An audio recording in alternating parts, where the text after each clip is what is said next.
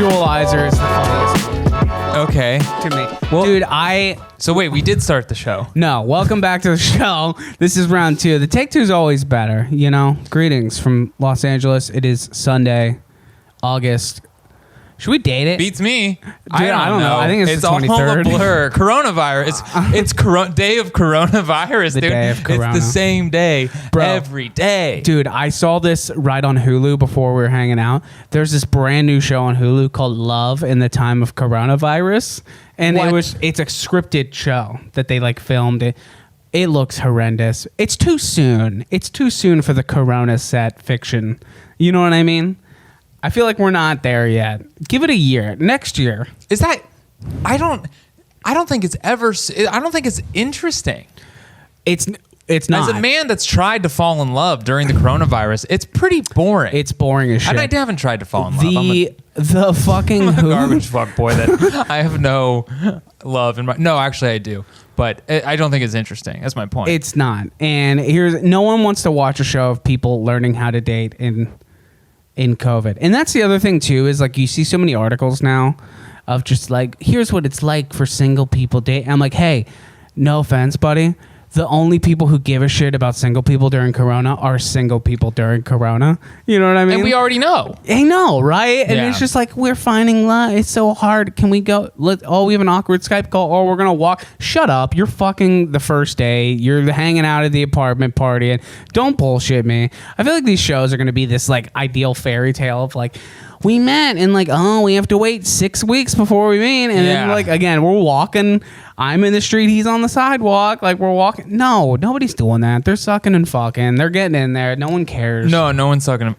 You think so? Boots on the ground, my dog. Well, hit me up, dude. I'm just assuming that people are doing whatever the fuck. I assume people do whatever the fuck they want to do whenever they want to do it. Sucking and fucking's hard, dude. It really. It was hard before. The single life isn't what people think it is. It shouldn't be easy. It shouldn't. If it's easy, then it's no fun. Got to chase, my guy. Yeah. But I will say, it is at the beginning. You could get at the beginning. It was kind of like there was literally nothing. If you wanted to hook up, you had to convince people to come to your house, which is a very like. Yeah. What the fuck are you gonna go do? Meet him at a state park? You're gonna go meet him at Yosemite? You couldn't. They were closed. Okay, but I was joking. I'm saying you were joking, and that was the option that was cut off from you. You had to literally go back to grade school, back to like high school times. You're trying to get it in. You can't fuck at your house because your parents are there. You got to go to some park or something and sit in the car, see what can happen. It was literally you had two options. Yeah. At one point, it was like you can come to my house, or I can go to your house, or we can sit and have a date in a car. That was it. Nobody was sucking nor fucking. Listen, it's probably for the best. Probably not. Actually, I feel for people. I think, have I talked about this? I don't know. All right, so this is my, if you don't want to hear about it, because I know you're not into the Corona love, but do you want to hear my experience? Yeah, go for it. One thing I've noticed, my game during the broad pale light of day, I can barely get a second date, dude. Oh yeah, they can see your shadows. Oh, dude, I've been on so many hikes, and on the hike, I bore myself. I'm like, I wouldn't go on a second date. Like, what am I talking about right now? I'm just like, if you get me in a bar and it's dark and there's like other elements around, you're drinking, I'm like pretty charming, but like, well, yeah, that's the whole thing, is that there's something about being in the shadows a little bit. Yeah, it makes it easier. Everybody looks better in the shadows, That's it. So like in the shadows where you're just like hiding, I'm masking everything about me. Yeah, you're usually drinking. So people's kind of people's guards are down, right? And when you're hiking, everyone's on high alert. Your adrenaline's up. You're looking, is that a rattlesnake? Is that there? Is that a fly? Yes. Who knows? I was on a date and I saw a rattlesnake. Oh, really? Yeah, no lie. Did you go kill it as a sign maybe of, I like, should have, because I didn't force? get a second date, so maybe I should have. Listen, if I know one thing, it's women hate compassion, and if you see a rattlesnake, you should kill it for sure. If you haven't killed something by the end of the date, yeah, I love guys who are doing that. This is like Jordan Peterson. It's like his like masterclass, but they won't do it on masterclass, so he has his own fake version on his website. Does he have a fake ass masterclass? I don't know. Where he kills snakes? I assume he does, but he's He just should. like, listen, young men, listen. Women respond to aggressive male energy. You know what though? I know where. See, I shouldn't have opened this door. Why? We're having fun. Yeah, you're just People gonna get in this whole love- trope of like the girl loves, every chick loves the bad boy. Like I'm not gonna say that, yeah, I'm not saying that. but there is like I feel like everyone talks about this idea that like negging or something like that, or like girls like dominant men or like aggressive men. That's says every man that's been accused of rape.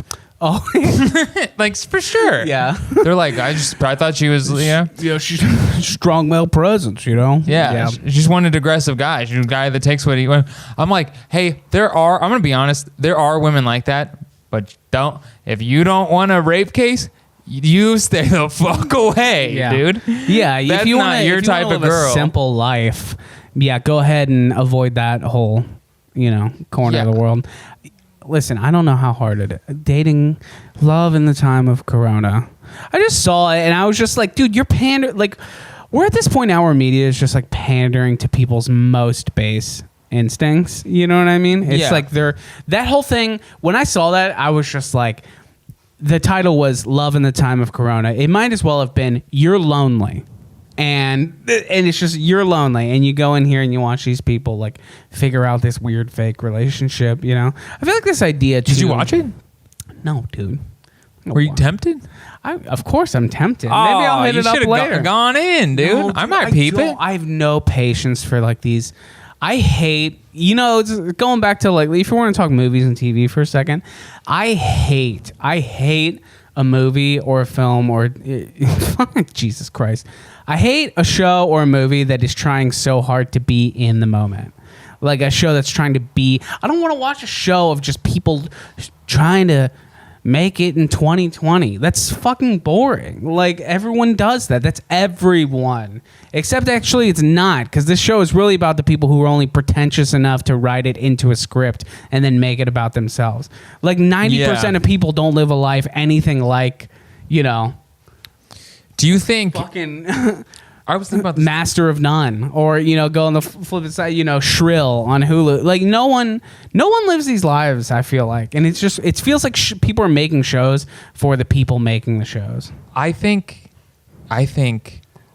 my life could be like a Shrill or a Girls or a what was the other one you mentioned? Master of None. Master of None, for sure. You think so? Yeah, but I mean, is that a show people want to watch? Not to drill. I think you're a good guy, and I think you live an interesting life. But we've had Breaking Bad, dude. We've had The Sopranos. sometimes you want something low key, dude. A little more relatable. I don't. That's just me. Did you watch Girls? No. Did you watch Master of None? I watched. Yeah. Oh, Wait. No. I've watched Master of None. I've seen Shrill. I haven't watched Girls. You've seen Master of None, and you've seen Shrill. Yeah. Buddy, you like Little Slice of Life. I don't. You like I just a little boring life? watched it. It doesn't mean I liked it. I just watched it. I didn't, dude. Whole thing? I watched. You enjoyed I watched both seasons of Master of None. You got me there. I did watch both seasons of Master of None. Because I'm a girl. And it doesn't. You know what it is, man? I don't find myself wanting to watch it again. I'm like, I don't care. I just maybe I was at a point where I needed that. I feel like those are shows for people who need a show in that moment. They need some kind of like feedback or fulfillment from, like, oh, other people going through the same thing too. I don't. It's valuable. Also, dude, you I'm not watched saying the show. You watched the whole seasons of these shows you're shitting on. Buddy, you enjoyed them. You like a little slice of life. Dude, I've seen 40 seasons of Cops. I don't know if I necessarily enjoy that. I just need something on. I find it stimulating. I really do. Master of None, I enjoyed the cinematography, but then it got kind of pretentious and boring, I thought. But I mostly watched it for the cinematography. That dude's a good filmmaker. He's a good filmmaker. Yeah. He is. It's undeniable. But I just can't with this pretend. Even like Louis, which I used to really enjoy. And sometimes now I'm like, I don't I can't with this real world. I want some production. I like want real a world. period piece, dude. I want something I want take me to a place, take me on a journey, you know? I want to watch a likable person live. Is that it? Yeah. I am into it. Yeah. I think there's something to that because if you really think about what if you think about like what music videos are like now and what content is like. Are you going into visualizers right now? I am going to go into visualizers. Right. Give me a second. We are going to go down this road. I think that if you think about this whole idea of like a content creator, like a YouTuber, right? What are the most successful YouTubers doing? It's just some like 15-year-old fuckboy vibing. You know what I mean? Is it? Yeah, dude. Like some of these videos, like these, a music video is, there's not necessarily like a plot or a storyline anymore. It's truly just becoming like dudes vibing or like chicks vibing. You know what I mean? Lip syncing and stuff? Lip syncing or like TikTok is a good example of this. It'll just be like, 15-year-old boys who all look like they're on Barney, like flexing kind of in front of the camera. Like they're just yeah. I literally cannot describe it in any other way other than it's just vibing. And I feel like there's so much content now that it's just people. The people making millions of dollars right now, like whether or not anyone wants to admit this, the people who are actually the top of the entertainment pyramid right now, like the content that people are actually watching are teenagers just vibing. Yeah. With no plot, no dialogue. It's just kids vibing. And people just want to feel like they're vibing with those famous rich people that they're watching. Hence, you get visualizers. Shit. We can't... What, can I say one more thing? Yeah, of course. All right, we're going into visualizers, but I was at the beach a couple weeks ago, and I was thinking about it. People were playing music, just like kind of like top 40 stuff, and I realized, I'm like, the perfect song is a song you can play beach volleyball to. Oh, you think so? Yeah. Oh, yeah. Because that's ultimate vibing. People just want vibes. We're thirsty for vibes now because everyone's stuck in their apartment, allegedly. Maybe not, unless you're a loser. I don't know. Nobody knows. Yeah. Nobody knows what's actually going on in the world. Go to a restaurant. See if you can get a steak. Dude, I walked up to Sunset just last night. I walked down. So here are the hot spots right now. You're talking Boa Steakhouse and you're talking Saddle Ranch, right? If you're talking like where people are hanging, like TikTok kids, YouTubers, they're at Boa and they're at Saddle Ranch. So last night, I'm fucking around, right? I walk up on the Sunset. I walk by the Comedy Store. It's doing all right. Like they're doing like the socially distant patio thing, cool. Like tables apart. People wearing masks? No, not inside. The virus is not real once you go into a place. Oh, really? Yeah, it's not. Oh. So they're just hanging there, and then you walk down. Saddle Ranch, though. If you know, people who don't know, Saddle Ranch is like this. It's a mechanical bull type place. It's like a mechanical bull steakhouse on the Sunset Strip. I feel like it was. Here's the first time I ever heard of it was Bret Michaels saying it was his favorite restaurant. Take of that what you will. Okay. Mechanical bull, Bret Michaels' favorite. But here's the thing: Saddle Ranch now is like TikToker. It's like Jake Paul. Really? Jake Paul was there last night. You saw him? No. Oh. Well, I saw a photo of him at Saddle Ranch last night. Was I walking by? Was he there? I don't know. But I'm telling you, bro, that place is lined up with Lambos and McLarens and shit like that every night. It's completely packed. The entire parking lot has been converted, and there's tables. They're packed in like sardines. Oh, really? It's bumping.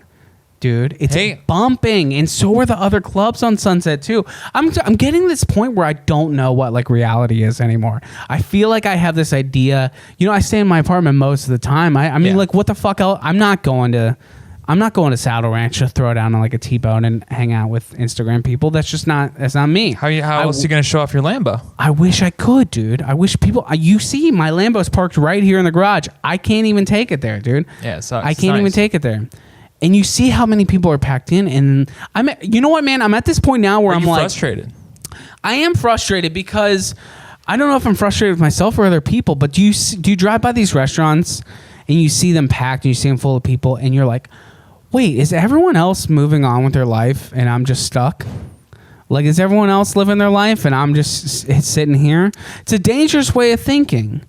Because on the one hand, you miss like the human connection, but on the other hand, are those people all getting sick? Like, what is real? No, I really feel like we're losing a grip of like what's actual real with this virus now and what's not. Completely. I think that sentiment you just shared is like amongst everyone. Is that common, or I don't know. I feel disconnected. I feel disconnected from like the zeitgeist in a way. Okay, well, I have two examples of people that I know. One is this girl I knew in Cincinnati, and she's like constantly posting on Facebook posts about like how people are still out getting the virus, and she says she hasn't seen any of her friends in like 5 or 6 months. I don't believe that. I know her, and I bet it's low-key the truth, man. You think so? I do. And I don't know her. Kevin O'Connor with The Ringer. I listened to his I was at The Ringer NBA show. Don't watch that. Watch this.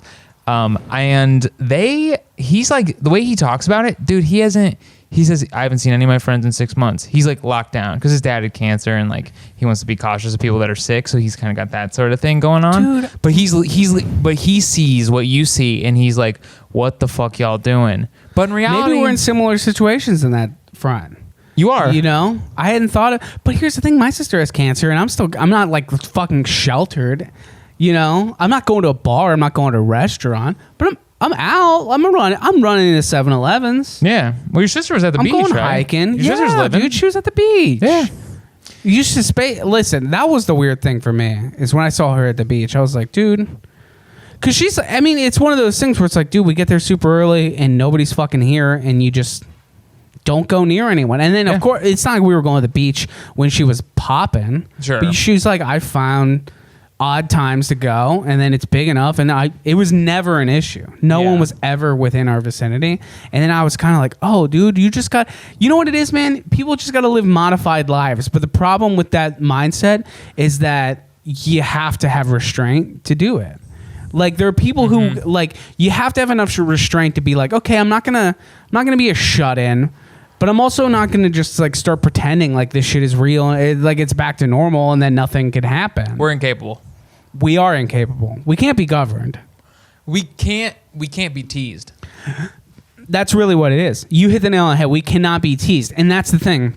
It's like it seems like we can't get a taste of the good life because then people are just like, I want the whole pie. Yeah, I want the whole pie. I want to ride my Lambo to Saddle Ranch and eat a steak and suck another TikToker's dick. That's what I want. It was bugging me. Now it's on your White Claw can. Yeah, but I don't know. I have a very real feeling lately, though, of like paranoia mixed with.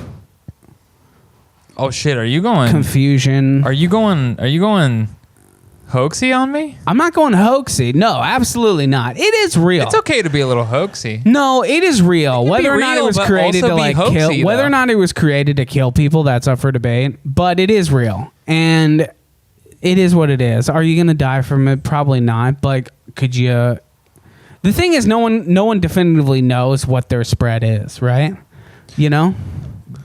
No one ever thinks about how many people they've infected or how many people that, like, no one knows what the bloodline is. What's the body count, Wouldn't it be crazy if, like, the most...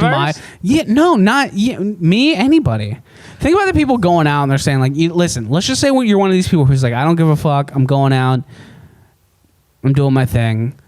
You don't think about, like, what if you got one person sick and what if they got, like, 6 people sick? Yeah. What if the most mild-mannered people in your life have, like, the biggest body counts? But that's just butterfly effect stuff. They're not, responsible for manslaughter or anything.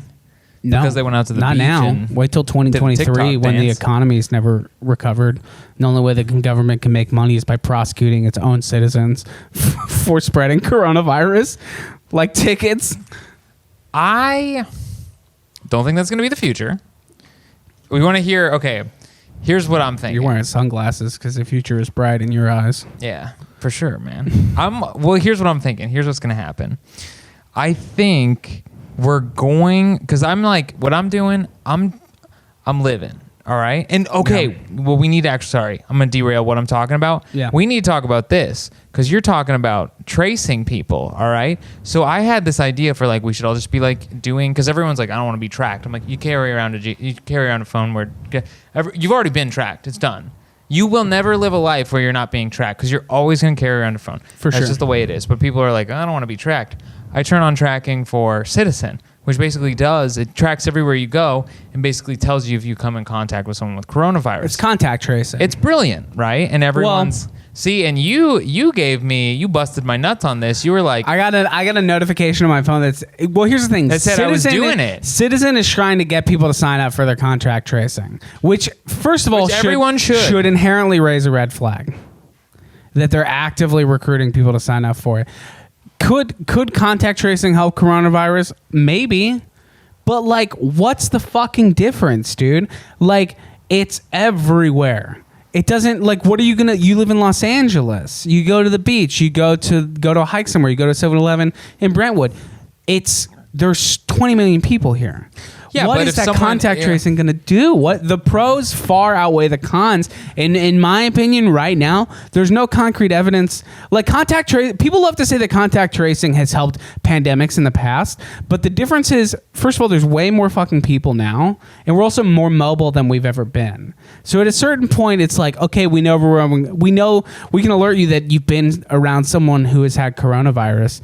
But at what point are you just going to get alerts every fucking 6 minutes? Well, no, someone that catches it. Because if you look at like daily cases, if it says, oh, this person was at TJ's at 2:15, you were inside of TJ's at 2:15. I don't know. It's Bluetooth. It's not even triangulating you. So it could be as close enough to say you were within 5 feet of someone that had coronavirus.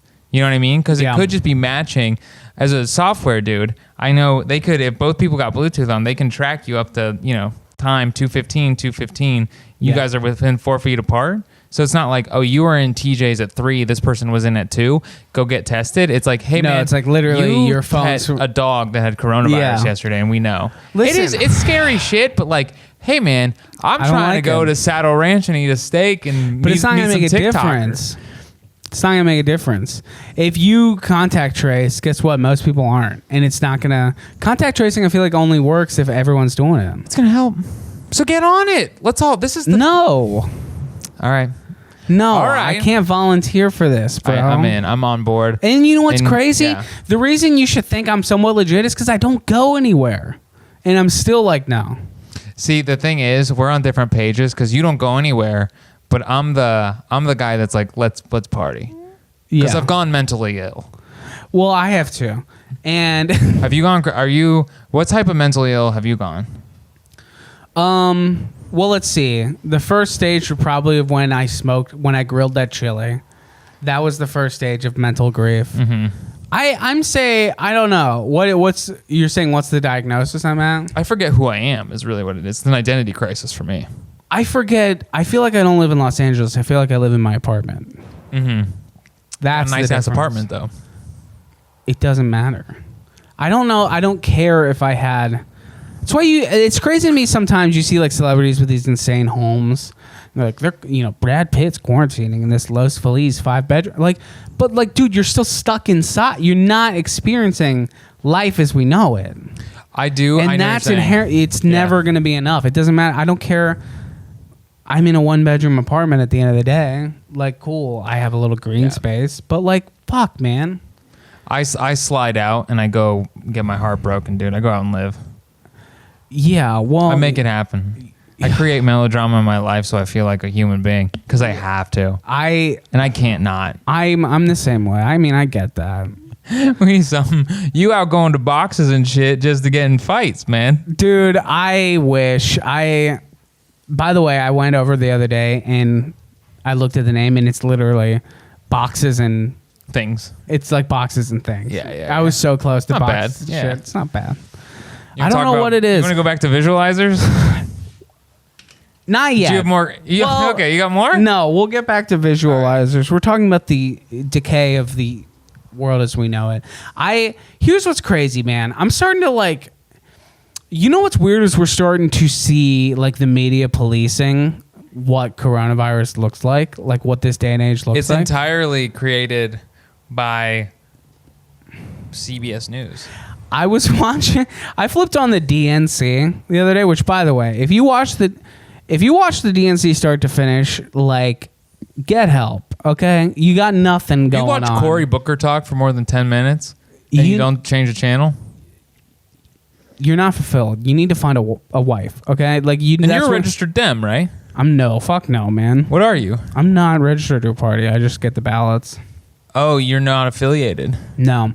You have to, in California, you have to take an extra step. If you're not affiliated with a party, you have to request a ballot that has all of the shit on it. So it takes an extra step. Okay. But then I'm not getting bullshit, mail from Kamala Harris talking about how she's not going to put me in jail. Right.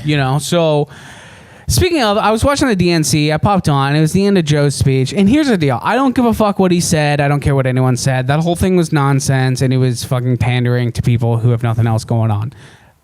That aside, I was watching his speech, and he ended his speech, and then you know how they just start showing like the balloons start dropping. In a traditional scenario, the Democratic National Convention or Republican National Convention, the nominee speaks. It's the headliner of the event. It's your man. And then afterwards, This is John Mayer of. So it's this John Mayer's talking, and so this is at the point where they start dropping the balloons, they're playing the music. It's over, right? It's over. This is a celebration. So they're doing that, but of course, no one's there. And Joe Biden gets done speaking, and then Kamala Harris comes in from like the side, and they're just like, they just start having this like fake conversation. You see, it's just like normal where like the crowd's so loud and the commentators are going, so you can't really read their mouths. Okay. They're just talking. You're like, Kamala Harris joins Joe Biden.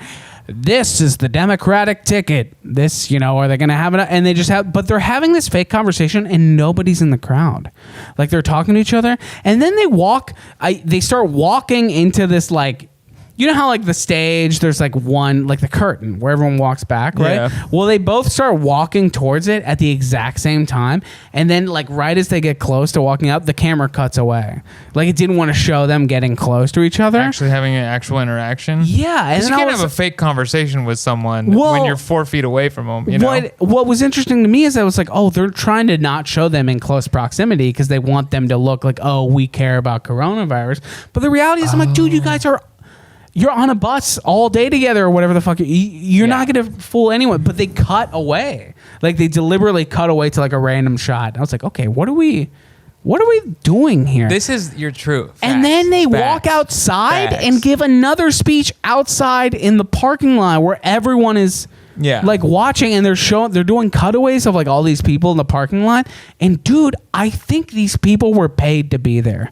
I didn't. Oh, for sure. Dude, it was like, it was so on the nose of like demographics. It was cut to like, first it was like Hispanic couple with like a young boy, and then it was like black couple with like 2 kids, and then it was like 2 dudes like in their apartment on a Zoom call. Well, that's just good on the camera team, cutting to the right. But what I'm saying is I was watching it and I was like, dude, who does this mean anything to anybody?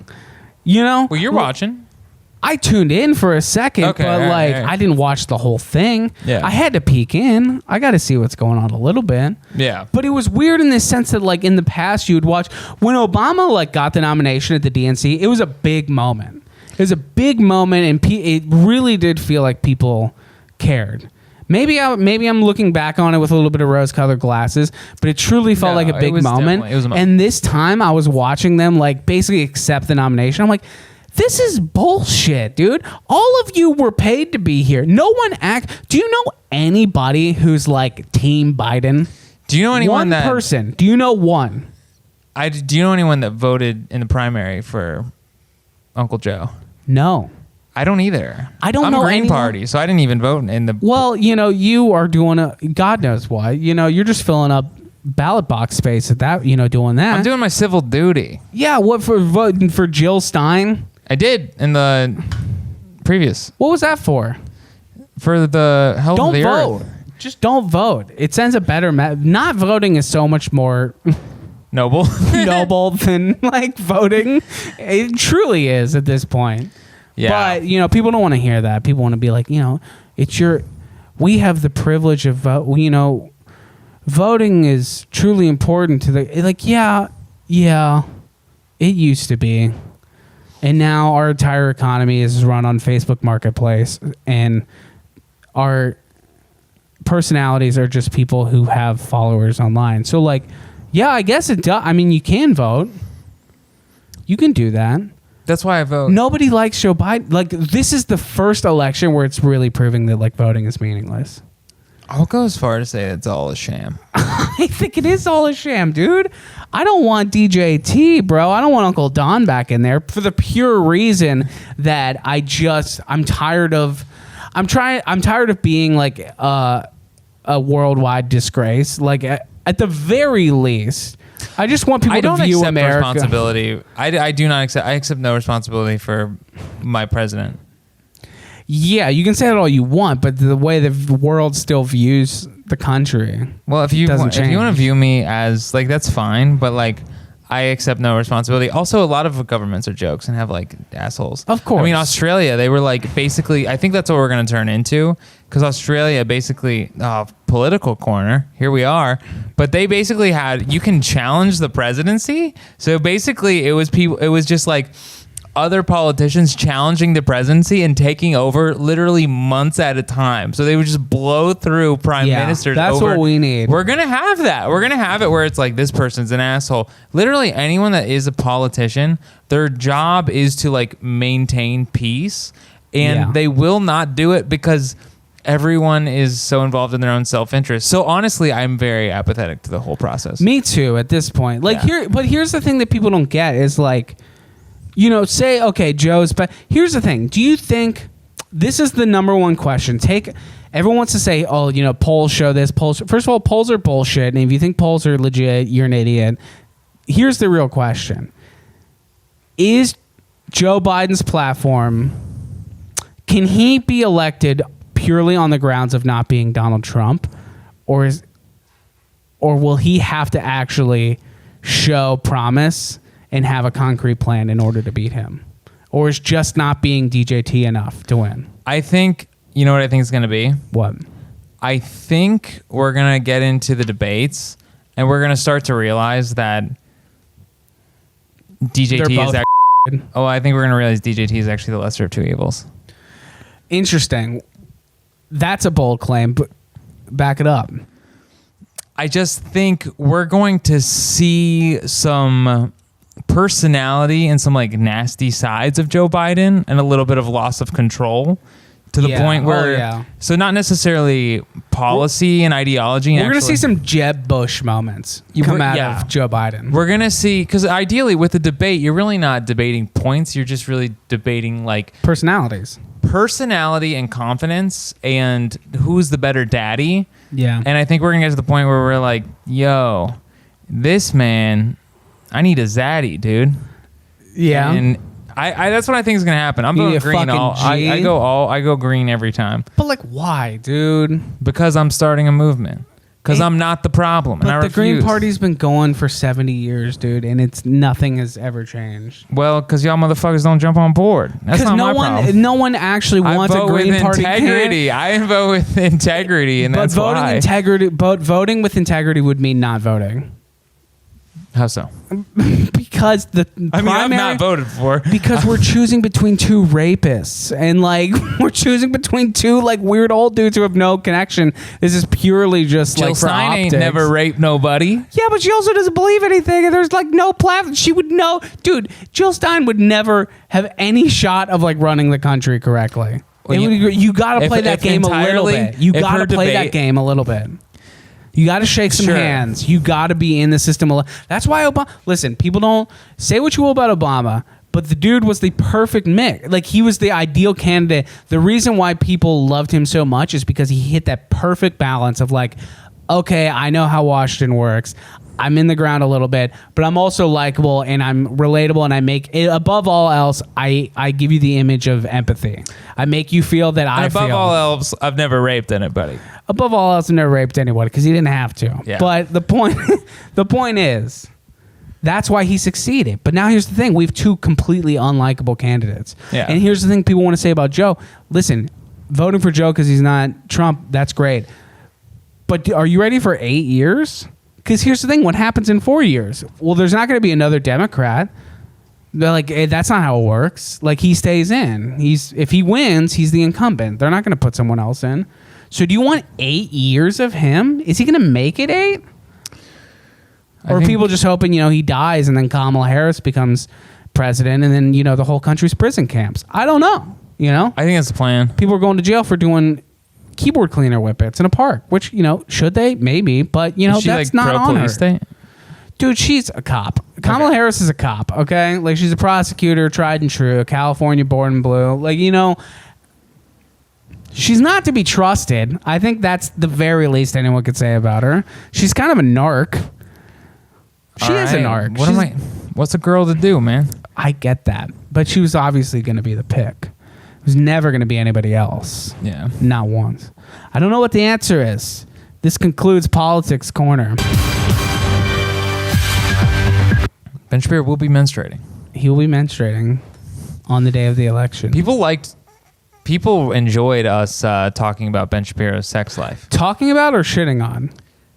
I think he's probably got a pretty hot sex life, dude. I bet he does. It's so weird, those like real Puritan people, just to think about like everybody gotta fuck, So like people that are very outright about like what they're into, all their fetishes and stuff. It's like, but for people that are very ashamed and it's very taboo for them, you gotta think it's like, yo, are you real like Puritan in the sack? He's a very angry guy. You think and he usually chokes that means he's not like, usually that's dudes who aren't fucking are the most aggressive ones, right? Wait, say this again. What's your theory? The one could make the argument that the dude's so angry that he's not fucking, and that anger is he's a sexually result of that. frustrated. He's sexually frustrated, which then turns into spewing hate speech and debating everyone. Dude, can we just talk about people who love... Dude, if you love to debate people, nobody likes you. I just want that known. If that's you, I hope you hear this right now. It's me. You think so? Sometimes I argue points I don't even believe in just because I'm bored. Yeah. Yeah. Sometimes I'll find myself arguing against... So, like, even a movie, if it's a movie I don't really like, but it's become, like... hack to like not like it, I'll just defend it. Dude, tangent, I watched Richard Jewell 2 days ago. Oh, how is it? Dude, that movie is like, if there is ever Clint Eastwood just like dragging his balls across the finish line, it's Richard Jewell. How so? Because first of all, if you haven't seen the film, Richard Jewell's about 1996, the Olympics in Atlanta. There was a bombing. Richard Jewell was this fat rent-a-cop, basically, who was hired for security. He finds this backpack. He says it's a bomb. No one believes him. Backpack explodes. People get hurt. He's originally hailed a hero, but then the FBI allegedly is like, wait, this guy, he fits the bill. Because you got to consider the context of the Atlanta bombings. The Oklahoma City bombings had just happened. So this idea of like kind of a solo white dude rogue, wannabe ex-cop militia, whatever. White dudes love bombing. White dudes love electronics and terrorism. Gunpowder and domestic terrorism and, all of the above. Anyway, so but there are always no pussy getting dudes. There are always no pussy. Dude, Richard Jewell fucked maybe a pineapple in his whole life. Maybe he got lucky enough to fuck a pineapple. He's a pineapple getting dude. Yeah, you would think so. No, I'm watching this movie and like it was so... It's fun to watch a movie that's so on the nose about the point it's trying to make. Yeah, you know what I mean? That. So like have a little artistic integrity. I know, right? Like put a little mystery into this. Like make me try to decide something on my own. Don't spoon feed it to me. So like Richard Jewell is this, fat, like Paul Blart looking, meatball who's just walking around saying he's a cop or whatever, and then the FBI agent who's trying to like pin him and frame him. Basically, the movie makes the point that like the FBI had no one else; they had no idea who it was, so they're just like, this guy fits the bill. Let's just put it all on him. Yeah. And then Sam Rockwell comes in. He's like, we're not gonna let him steamroll this guy. We're not gonna let big government steamroll this guy. He's just a good guy. And Kathy Bates he's like, well, I know he was. But he's my son, and like that, she's doing that, and then Don Draper, who's that guy? John Hamm. He's the FBI agent. Oh, he's the FBI agent. He was the FBI agent in the town. Whatever, dude. That's his thing now. He did Mad Men, and now he just floats around doing these weird, like, not important roles. But he was just doing this, and he's so good looking, and he's coming after Fat Ricky Jewell. And then there's like this newspaper reporter who's Olivia Wilde. Yeah, she's cute. Wild. Wild. Anyway, so it's basically Don Draper and Olivia Wilde, they're the two hot people who end up being the villains of the movie. Like the hottest people for sure are the villains, and then Ricky Jewell is just like the hero. And I was just sitting there watching this. I'm like, Clint, dude, how many times do you have to make this point? He did the Dodge commercial, right after the recession, where he's like, "We're gonna come back from this." Was that with the Eminem song? Yeah. He did like the 8-Ball soundtrack. He's like, "We're gonna come back from this. We're America." I'm like, dude, Clint, you're not the voice America is asking for right now. You are not. Okay, dial it back. Who's the American voice if it's not Clint Eastwood? Machine Gun Kelly. There it is. People don't want to hear that, MGK. but that is the voice of America right now. Is Machine Gun Kelly. You heard it. You heard it, dude. That's a funny choice for you to make. I know who America is listening to right now. Are you an MGK fan? No, I don't know. I don't know a single song, but I'm smart enough to know. I know what America wants. That's funny. That's so funny. I would have never thought that. Who is the voice of America? Like, really think about this right now. In this moment, who's the voice of America? Who have been past voices of America? What's the precedent before we pick right now? Okay, so I'm thinking it's got to be someone like it's the most beloved with the least amount of haters. So it's like The Rock. We already nailed That's how fucking stupid we are at this point. We're just we love The Rock. He works hard. He works out 6 days a week, but he always has a cheat day, and that's why I eat cinnamon pancakes because The Rock has his cheat day. Yeah. He has a cheat day. We're so fucked, like dude. Once every 5 years, and everyone tries to act like they have like cheat day. Dude, the thing is, once you develop that kind of work ethic, you don't even have interest in a cheat day. He took his whole he took his whole he took his whole cast and crew to In-N-Out. They all went, didn't eat In-N-Out. Yeah. Didn't have a burger, dude. No, he doesn't want it. No, he's like transcended that shit. He is. He has transcended it. Yeah. He's like, I'm an actual motion picture superstar. I'm literally the peak physical standard. I ain't eating a double animal style. Fuck that. No way. The Rock is the voice of... No, it's machine... No. Okay, when America hates, myself included. Yeah. You know what we hate? What?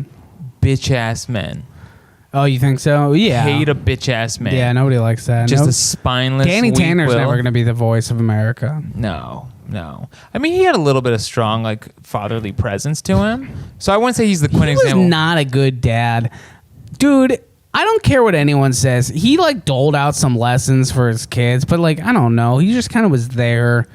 Their mom died, and he really never provided closure on that. He just invited his fucking friends to live in his house and confuse his kids about who their actual father figure was. They had 3 dads, and that's true. Danny Tanner did more damage than good. I would say he even did damage for Uncle Joey and Uncle Jesse because I feel like they never really developed their own lives. No, they didn't. No. I used to talk about this on stage. Is that Full House is the most accurate depiction of stand-up comedy that's ever existed. How so? Because you think about the arc of that show. Danny Tanner's a sportscaster in San Francisco. Uncle Jesse's just a musician / has a motorcycle / dicks down chicks in the town. Pussy chaser. Yeah. Classic. Lifelong career pussy chaser. Joey's just a hack comedian. Yeah. And if you think about the whole arc of that show, Danny gets his own show. He finds a wife. They get a new house. Jesse meets a wife. He has 2 kids. He starts his own label. He starts a radio station. He starts a club. Joey just fails at comedy. Really? He never succeeds. In fact, there's one whole episode of Full House where he goes on America's Got Talent or whatever and loses. He just fails. And I was like, this is it.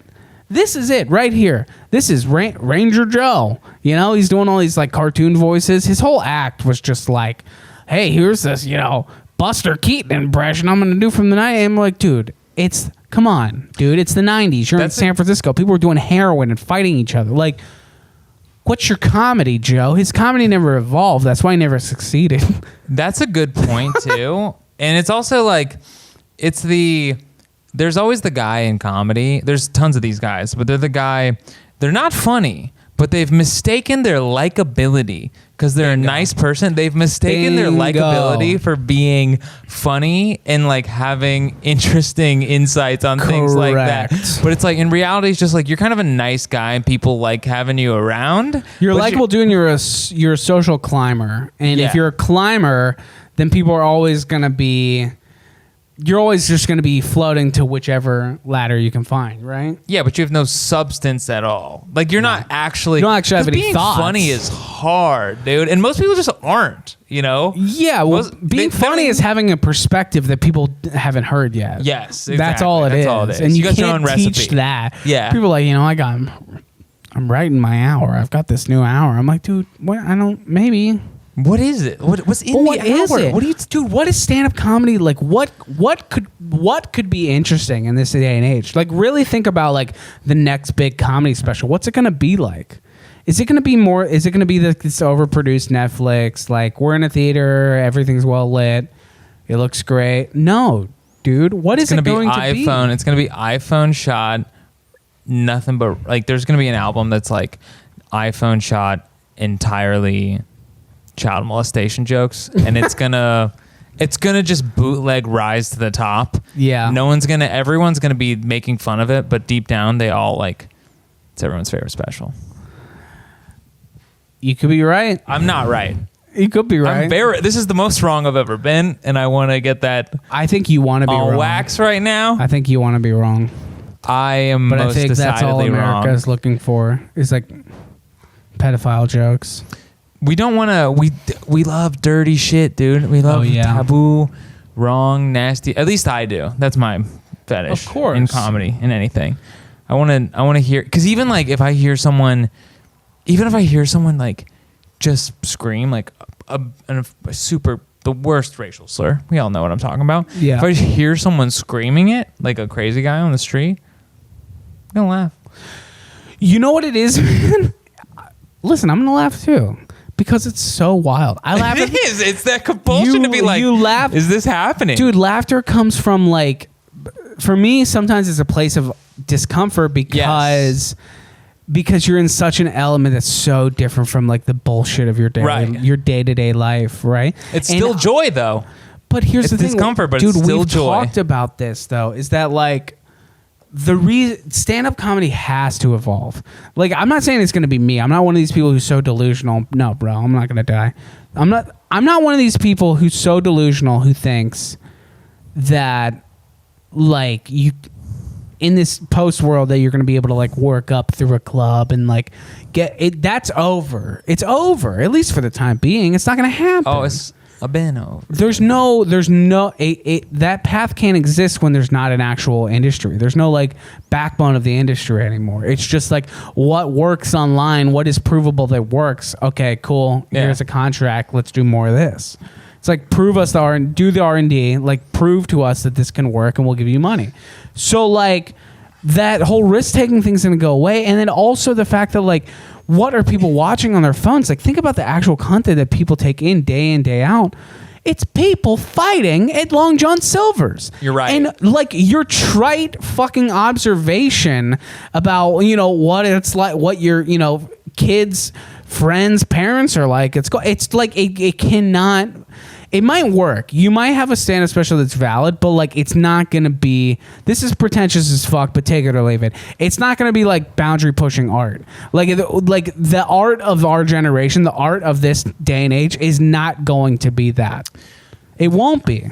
I think art is dead, and here's what I think it is. I disagree. I think art is dead because I think about this sometimes.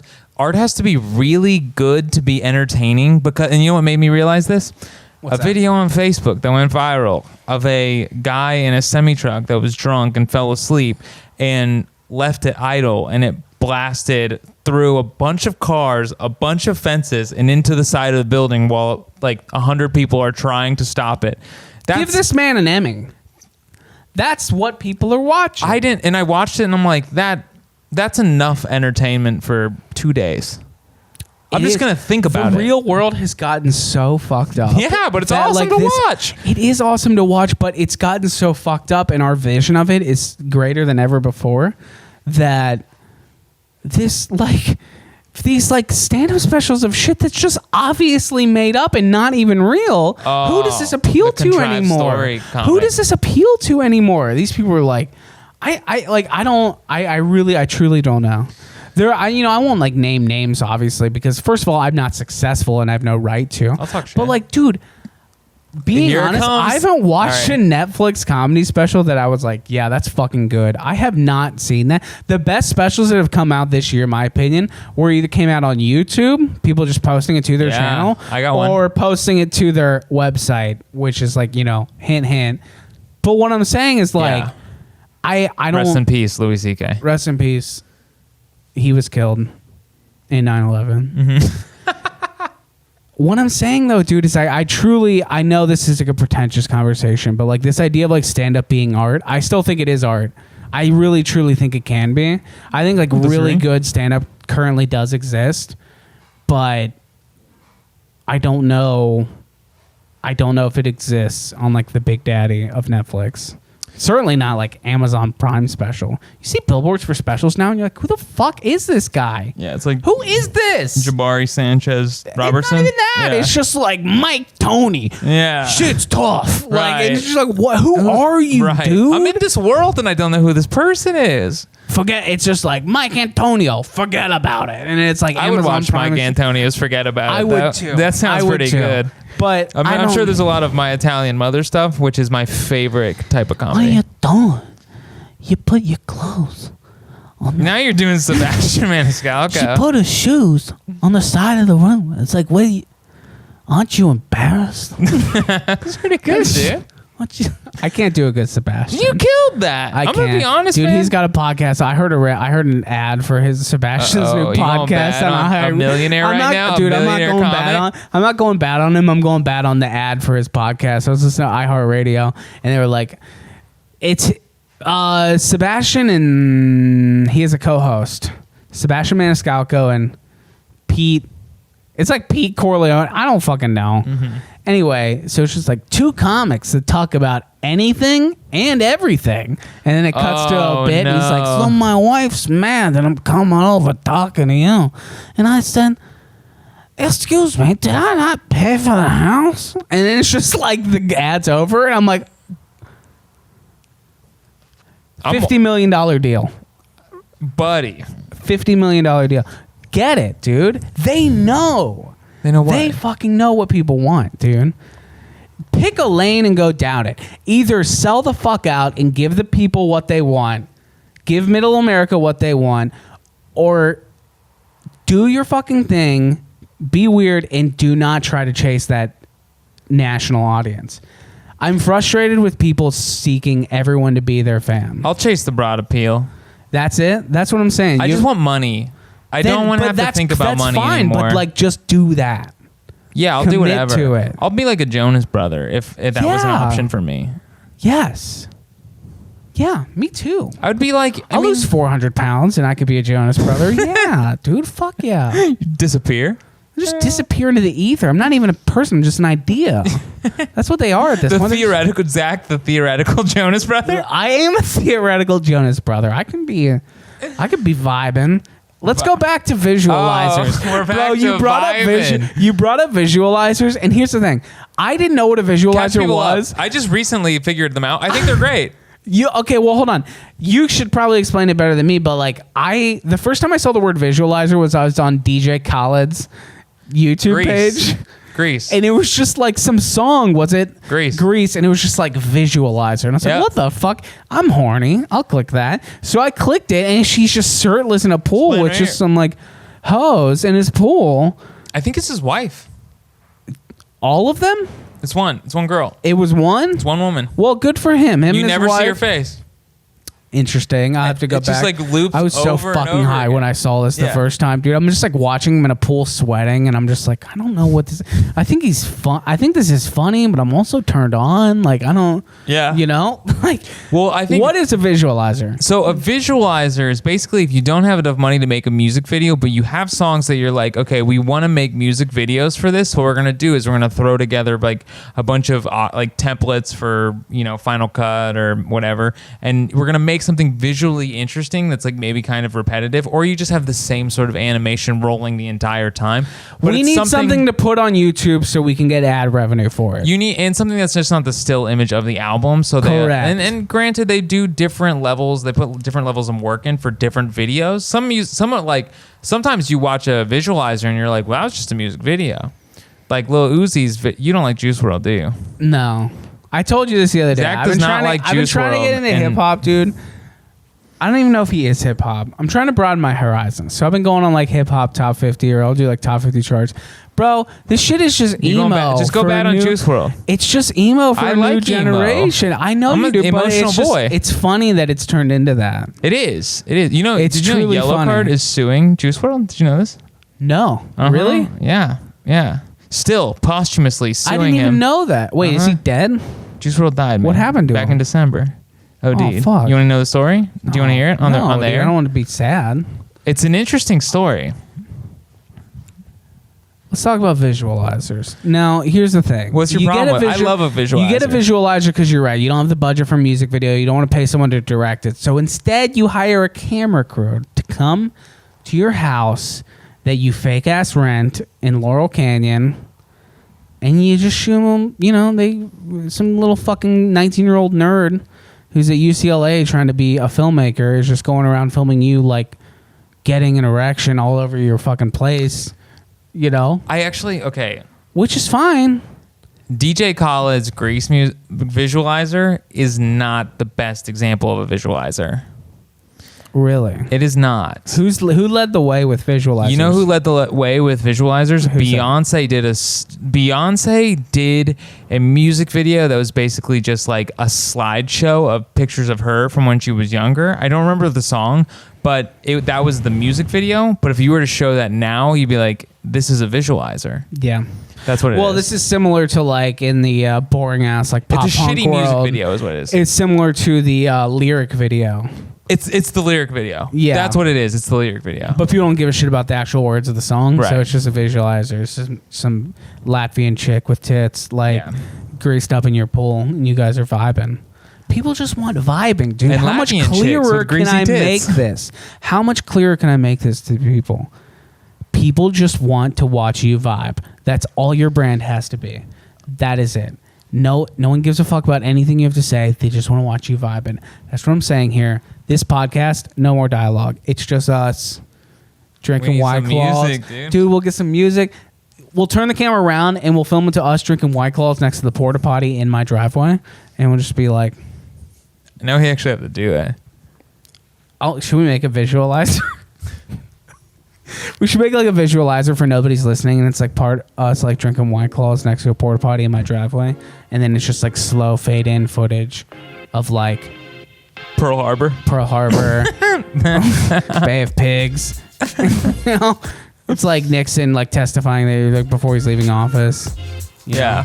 That guy with the audio too. That famous guy who was like on the congressional hearing or whatever, like the white dude who like pulled the gun out and blew his brains out. You know the story. And we're just like, we're like drinking drinking full size mango White Claws, vibing, and then on the other side, it's like Timothy McVeigh, like in handcuffs, just being interrogated.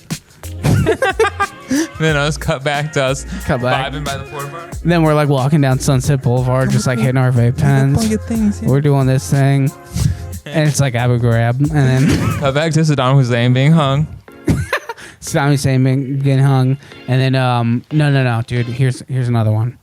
We go down to Melrose, and we're going to like Cookies or whatever. Mm-hmm. We're lacing up kicks, like we got streetwear. You have 4 ounces of weed like in front of you. You're doing that. I'm vaping. We're putting on fresh kicks, and then it's just like crossfades. It's like Muammar Gaddafi's body like being carried through like, the streets, and then I'm just like, yo. I'm not even saying words. I'm just farting, and it's just like just audible farts. No, it's not even. It's just like a video. It's just a video, but we can tell you're farting. Yeah. Like it's just like you can see it on my face. You can see it on your face. It's like sunsets going down on Melrose. That's actually, but all the stuff we were kind of talking about. Well, not necessarily all of it, but we're like revolutionary shit. So Listen, we gotta do something. we We are. It's gotta our make brand. money before people start fighting in the streets.